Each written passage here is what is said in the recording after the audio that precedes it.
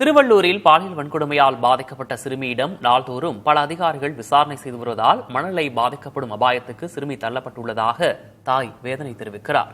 இதுகுறித்து சிறுமியின் தாய் புதிய தலைமுறைக்கு அளித்த பிரத்யேக பேட்டியை தற்போது பார்க்கலாம்.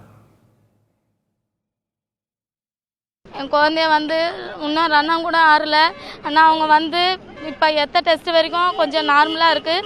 இன்னும் 2 டெஸ்ட்டு ஒரு 2 வாரம் கழிச்சு தான் வரும். திருப்பியும் 1 மாதம் கழிச்சு திருப்பி ட்ரீட்மெண்ட் எடுக்க வேண்டியதாக இருக்கும். பாப்பா இப்போதைக்கு மென்டல் அந்த டிஸ்டர்ப் ஆகுறா. கோமாக்கு போகிற அளவு கூட இருக்குது. பாப்பாவுக்கு ஓரளவுக்கு மென்டல் ஆகிறதுக்கும் இருக்குது. ஏன்னா பாப்பா எல்லாரையும் பார்த்து பயப்பட ஆரம்பிச்சிட்டா.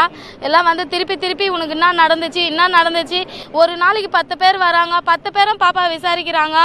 என்ன நடந்துச்சு, எப்படி ஆச்சு, நல்லா அடையாளம் இருந்துச்சு அவன் உடம்புல, எல்லாமே கேட்குறாங்க பாப்பாவை. திருப்பி அது கேட்கறதால எங்கள் பாப்பா எல்லாமே சார் குழந்தைங்கள் காப்பகத்துலேருந்து வரோம், பெண்கள் காப்பகத்துலேருந்து வரோம், கலெக்டர் ஆஃபீஸ்லேருந்து வரோம், திருவள்ளூர் ஆஃபீஸ்லேருந்து வரோம். நான் எஸ்ஐ மேடம், பாப்பா விசாரிக்கணும், நான் இந்த ஆஃபீஸ்லேருந்து வரேன், அந்த மாதிரி சொல்லின்னு தான் வராங்க. திருப்பி என் குழந்தை சொல்கிறதால ஏம்மா என்ன இந்த அளவுக்கு திருப்பி என்னை கேட்குறாங்களேன்ட்டு என் குழந்தை யாரை பார்த்தாலுமே பயப்பட ஆரம்பிச்சிட்டா.